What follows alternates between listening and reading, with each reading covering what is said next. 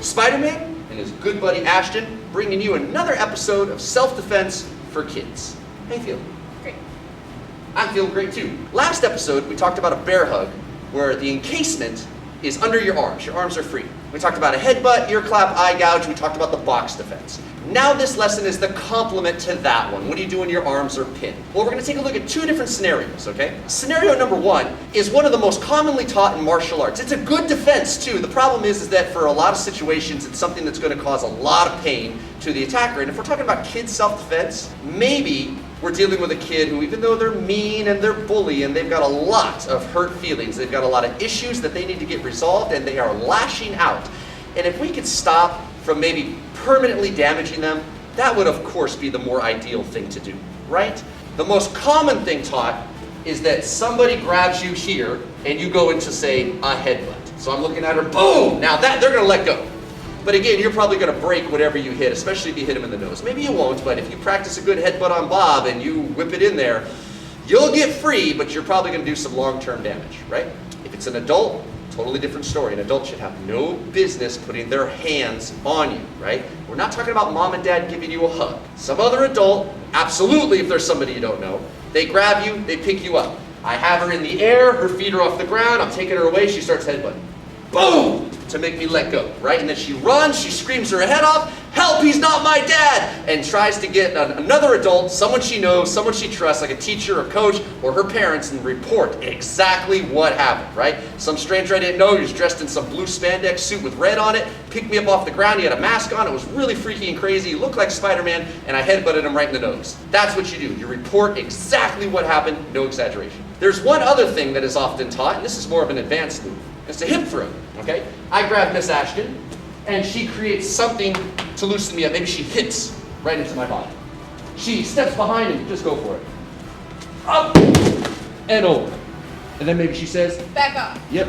Now that right there is more of an advanced skill. And it's a good skill. But the problem is, you're at the playground at school. You're on the concrete, right? Kid grabs you, you hip throw them, they land right on their head, right on their back. Again, big problems. It's a good move, but maybe we can do something else. Here's something that Uncle Ben showed me. What you're going to do is you're going to take your fingers, your nails, and you're going to grab anything you can on the side of their body. Now, not everybody's going to be as fit as you, right? I know that you eat your vegetables and you eat in moderation and you don't have a lot of junk food and you exercise regularly, but some people are going to have some excess right here, especially around this area. You're going to dig your little fingers and your nails right in there, and you're going to grab whatever you can grab, and you're going to squeeze it as hard as you can, and you might even twist it a little bit, okay? Now, if I grab her, and her arms are pinned, and she gets those hands right in there, she doesn't need a lot of space, right? And she squeezes real tight, and now she starts to twist the skin, and when I start to feel pain, I start to let go. She's going to put an arm up on me, and she's just going to shove me away, create some space, and now she can talk to me. Now, this is good when dealing with another child, right? Because this is going to hurt. But let's take a look at the previous two scenarios. What's the worst that you could do to injure somebody as you defend yourself? This, or flinging them right over onto the ground, or smashing your head right into their nose? So again, I grab a hold of her, and she's going to grab my side, and she's going to pinch, and she's going to twist, and she's going to cause that pain. And when I start to let go, she's going to have this space. She created space. She's going to push me. She crosses her arm and just steps in and just gives a nice little shove. Okay? Let's do it again, all in one motion. Good job. And then to just punctuate it, maybe you can say, back off. Ow, ow, ow. Back up. Very nice. Give me 5. Now team, just remember that when you're dealing with another kid, there's certain types of things that are happening in their life, undoubtedly.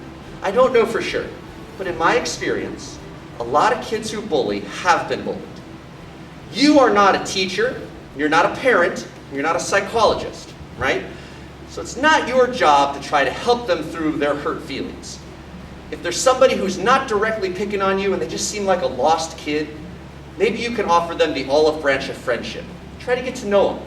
Let them know that they're not alone in the world. And even though they act a little bit peculiar at times, maybe you get to know them and you find out that they got some real problems at home. Maybe another kid in the neighborhood bullies them. You know, these are things that we don't often think about, right?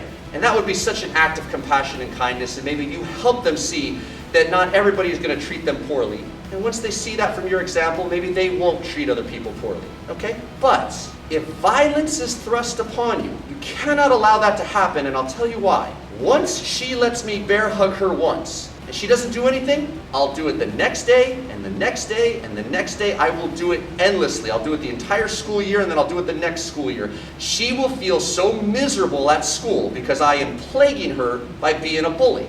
So if you have to defend yourself, you do it, but this right here I think is a good way to get a kid to let go. Failing that, or if the situation is more extreme, we all know our headbutt from smart targeting, go to that. And then report exactly what happened and what you've been taught about defense. You're not looking for trouble, you don't want to fight, you don't want to hurt, but you also do not want to become a victim. Miss Ashton, thank you so much for your help. Thank you all for watching. We'll see you in the next episode.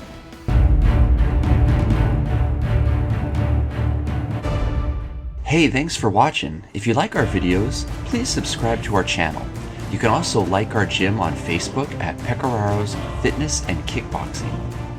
Visit our gym online at rpdojo.com, and for our instructional DVDs, visit adamlanddvd.com. You can also check out these other Spider-Man videos.